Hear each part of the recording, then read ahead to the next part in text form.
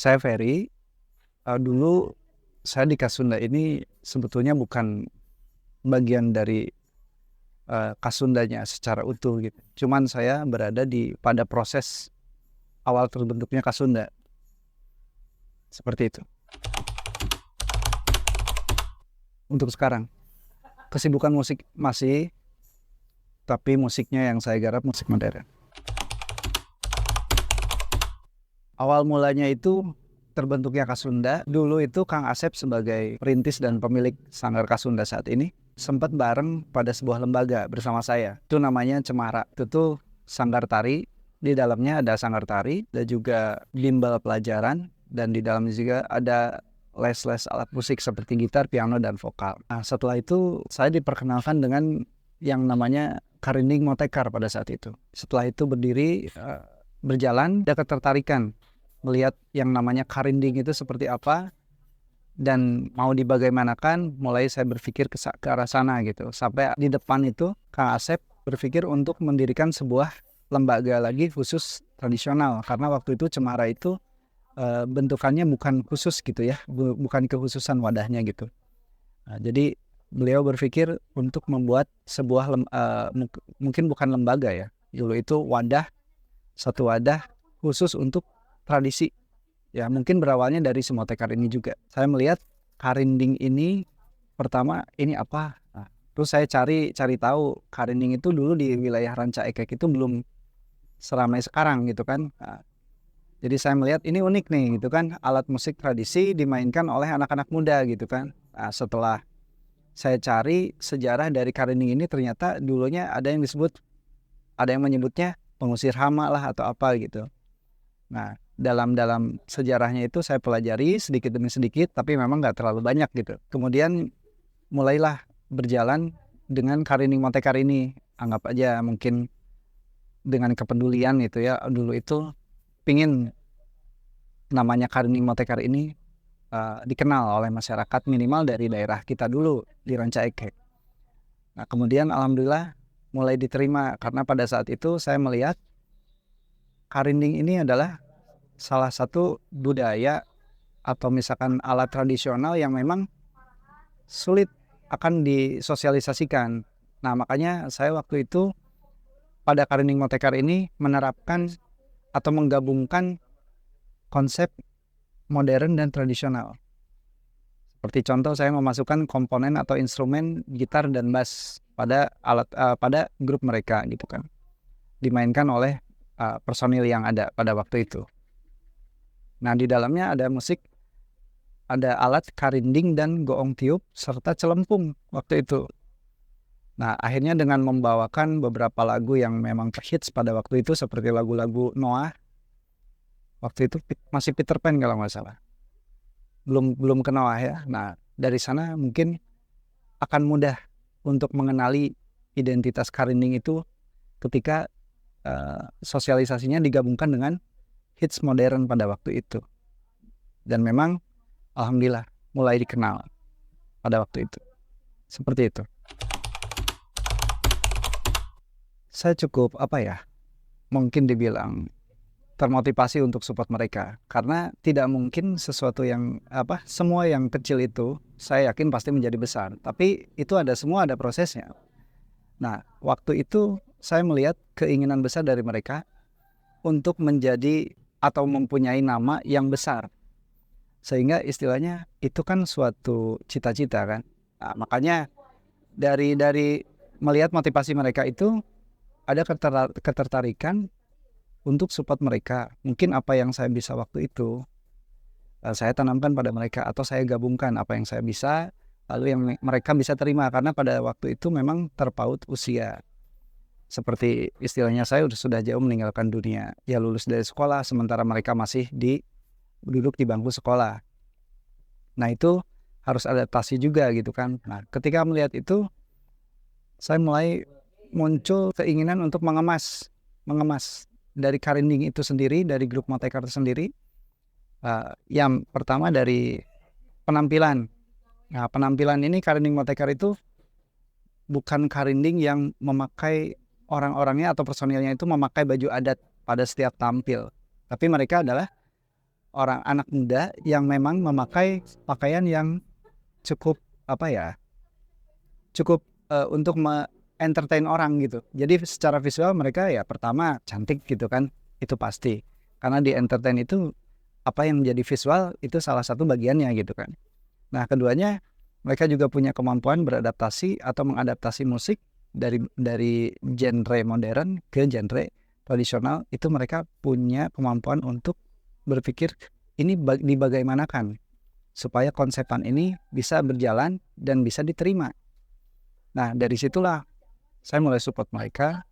Ya, alhamdulillah dulu mungkin satu-satunya band disebut band atau apa ya, grup mungkin ya, grup karinding yang memang identitasnya tradisional, alatnya kan satu-satunya grup karinding yang sudah pernah perform di salah satu klub di Bandung, yaitu di Tropicana bergabung dengan dulu tuh Kang Ivan sebagai IO waktu itu menawarkan job untuk berkolaborasi gitu kan. Ya alhamdulillah waktu itu berjalan dengan baik gitu. Dan orang mulai berpikir itu alat apa gitu. Nah, di sana misi kita adalah mengenalkan apa itu karinding. Belum ke menerapkan edukasi tentang sejarah karinding dan lain-lain. Karena pada waktu itu sekitar kurang lebih tahun 2012, 2013 sampai 14 tuh masih orang tuh masih awam. Ini tuh apa, alat apa gitu. Ini untuk apa gitu kan. Sementara dari jenisnya mungkin saya sebut waktu itu ini alat musik ritmis karena belum mempunyai nada. Pada waktu itu tidak ada karinding diatonis atau pentatonis seperti itu. Kalau ketertarikan saya terhadap karinding itu sebetulnya karena tantangannya. Kalau kita berbicara tentang budaya, itu mungkin PR-nya jangka panjang ya. Yang saya lihat sekarang karinding sudah diresmikan sebagai apa dan sebagai apa itu. Tapi lebih ke saya berpikir bagaimana si karinding ini bisa menimbulkan daya tarik di masyarakat. Gitu kan? Nah, kenapa orang bisa mengenal? Karena pertamanya tahu. Kedua, kenapa orang bisa memainkan? Karena tertarik gitu kan. Nah, makanya misi kita dari situ, dari karinding Motekar tersebut, memunculkan karinding itu pada bagian-bagian musik yang dibawakan secara modern, tapi dengan aransemen tradisional. Ya, salah satunya dengan contohnya adalah mengganti irama atau ritme drum atau kendang dengan alat musik celempung. Nah, dulu ada celempung mini yang satu bambu, mainnya seperti ini. Oh, ada ya di sini, nah seperti ini gitu kan. Lalu digabung sebagai pengganti drum namanya celempung renteng. Nah, itu juga ritmenya bisa menjadi seperti kendang yang biasa dimainkan gitu kan. Nah, cuman itu butuh adaptasi juga untuk memainkannya karena berbeda dengan alat musik yang sudah ada sebelumnya gitu. Nah, terus kemudian ritme tersebut ditambahkan suara-suara unik atau sound unik dari karinding tersebut. Orang menyebutnya itu apa, bunyinya toeng-toeng gitu kan, katanya gitu seperti itu. Itu namanya karinding. Kita hanya mengenalkan namanya itu karinding gitu.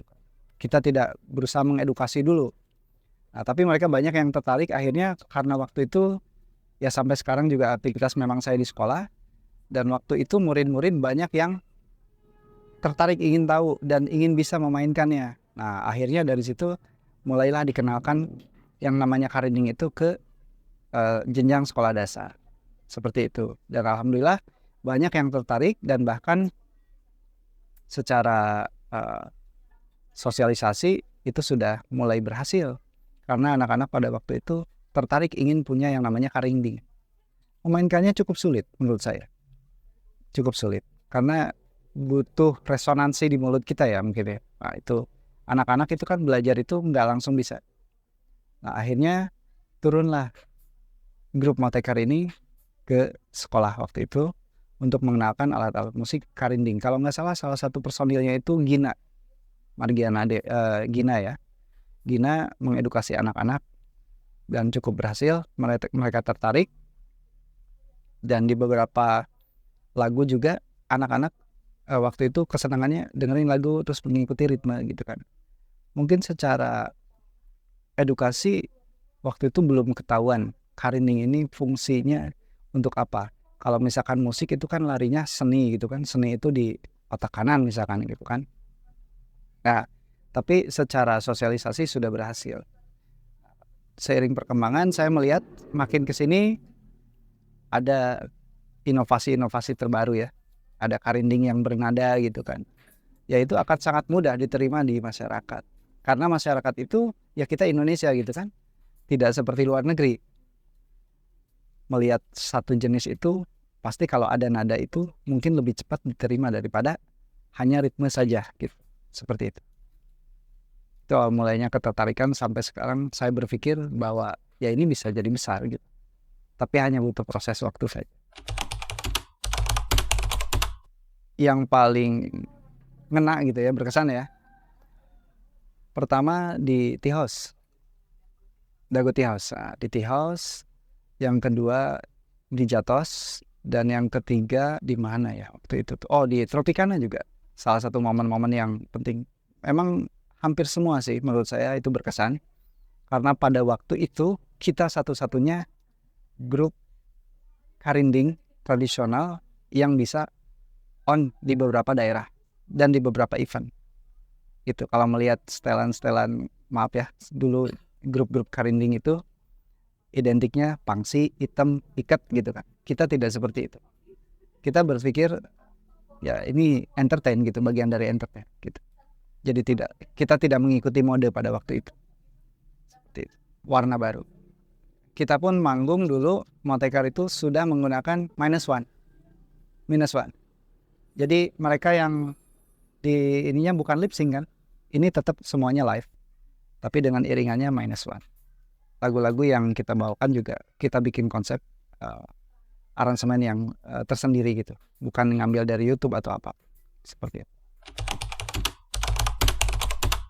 Yang saya lihat aja ya. Karena mungkin ada yang lebih ahli menjelaskan itu gitu kan. Kalau saya lihat dulu karinding masih asing. Ya, sampai kita berjalan di Motekar yang tadi saya jelaskan. Makin ke sini dengan adanya Kasunda khususnya. Itu mendongkrak popularitas karinding tersendiri.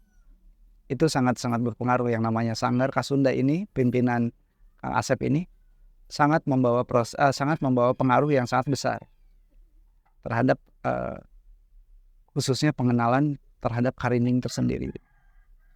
Jadi kalau saya lihat dulu masyarakat tuh awam dan asing.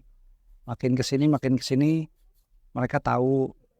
Makin kesini juga banyak yang tahu tentang sejarah. Dan khususnya makin kesini juga banyak yang mengadopsi karinding itu sebagai sudah disebut benar-benar alat musik gitu.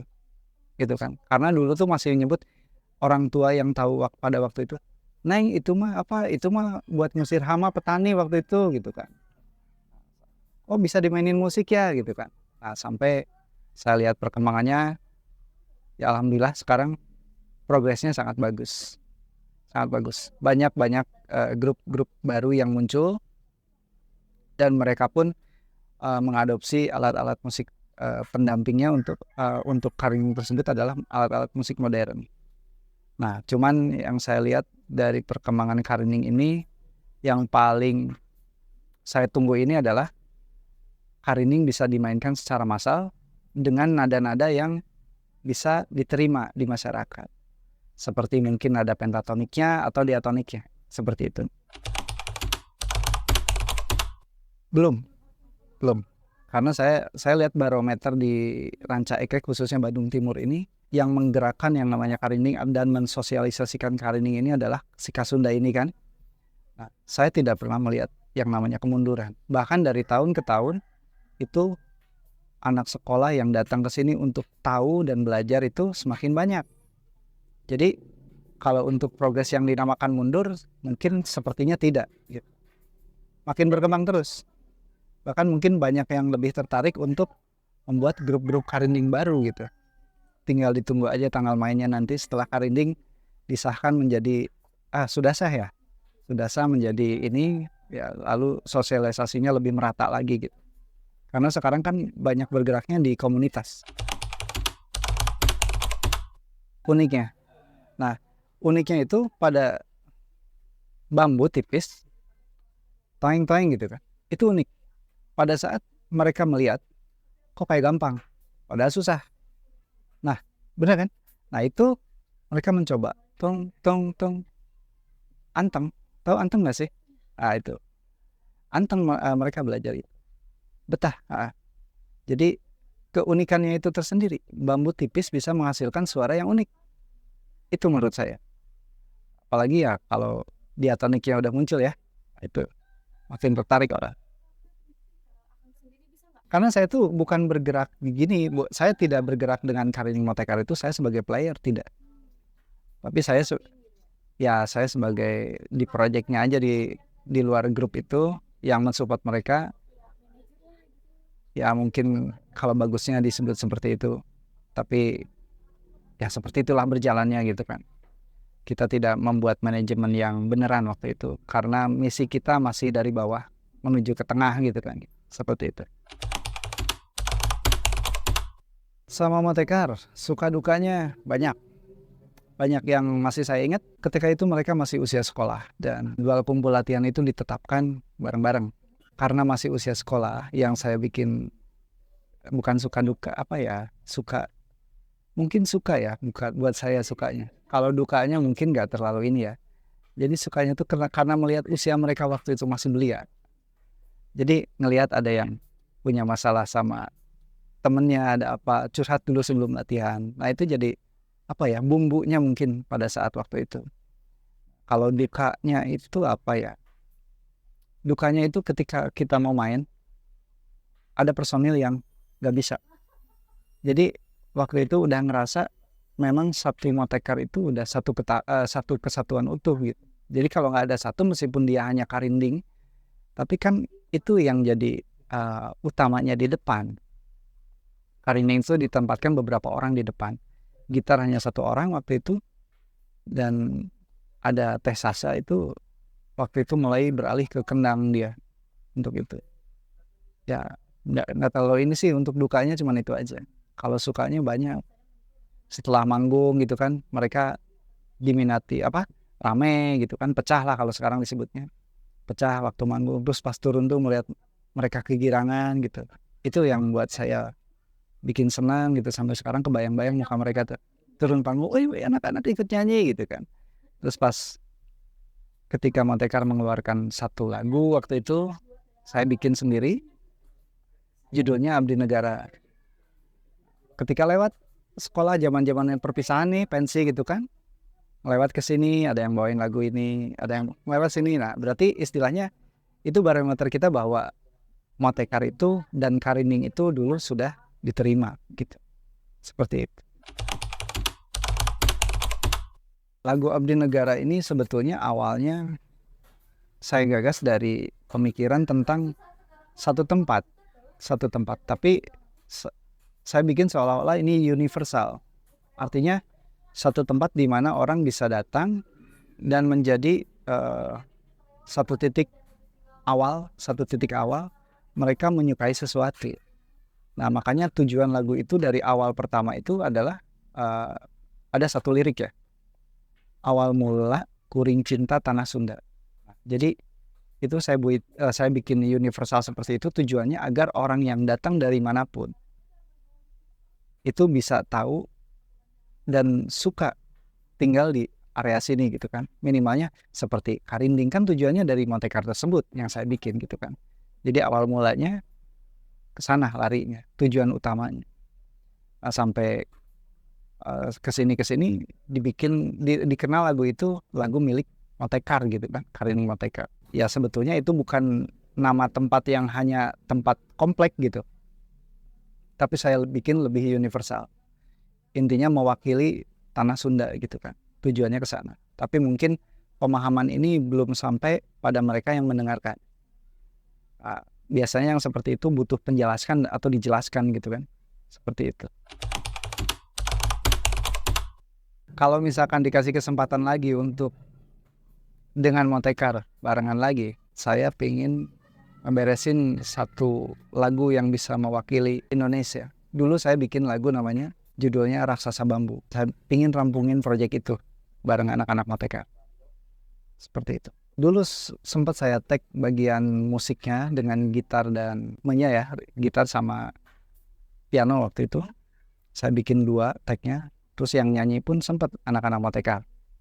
Nah, cuman kita belum rampungin itu karena kan alat-alat yang dipakai dari Motekar tersebut belum masuk ke dalamnya. Itu karena lagu itu dulu tuh dari info dari Motekar waktu itu saya dicari oleh komunitas bambu Indonesia. Ya mungkin karena materi itu orang mencari yang namanya Motekar gitu kan, dan saya waktu itu seperti itu. Saya ingin rampungin itu. Info dari Kang Asep tuh melihatnya ada konser katanya gini-gini. Apa ini Karinding Orkestra gitu kan. Cukup unik juga. Itu bikin jadi penasaran. Ini yang ditunggu-tunggu sebetulnya. Menurut saya ini yang ditunggu-tunggu. Khususnya saya pribadi. Ingin tahu sampai di mana sih inovasi Karinding sekarang tuh masuknya sampai di mana gitu kan. Apalagi ngedengar sama orkestra aja. Saya wah ini seru kayaknya gitu kan. Seperti itu. Makanya ini salah satu yang ditunggu-tunggu oleh mungkin khususnya yang sudah tahu yang namanya Karinding. Termasuk saya pribadi. Oh, bagus. Saya nyambut positif untuk itu. Kenapa?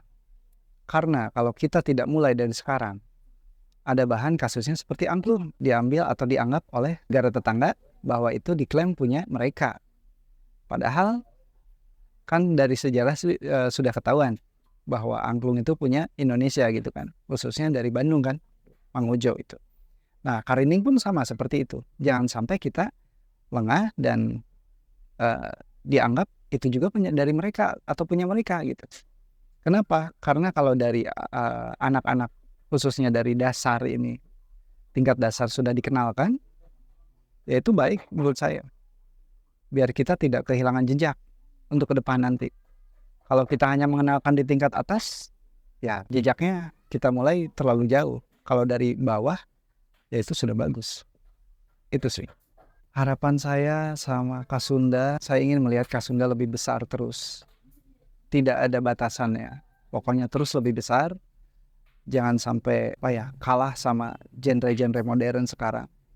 Karena ya Kasunda salah satu yang sudah bergerak dari dulu sampai sekarang itu dan bertahan, dan namanya pun semakin harum saya perhatikan di masyarakat. Jadi ya intinya untuk Kasunda dan Kang Asep khususnya sebagai pimpinan, jangan nyerah, lanjut terus, gas terus sampai kemanapun. Insya Allah jadi besar.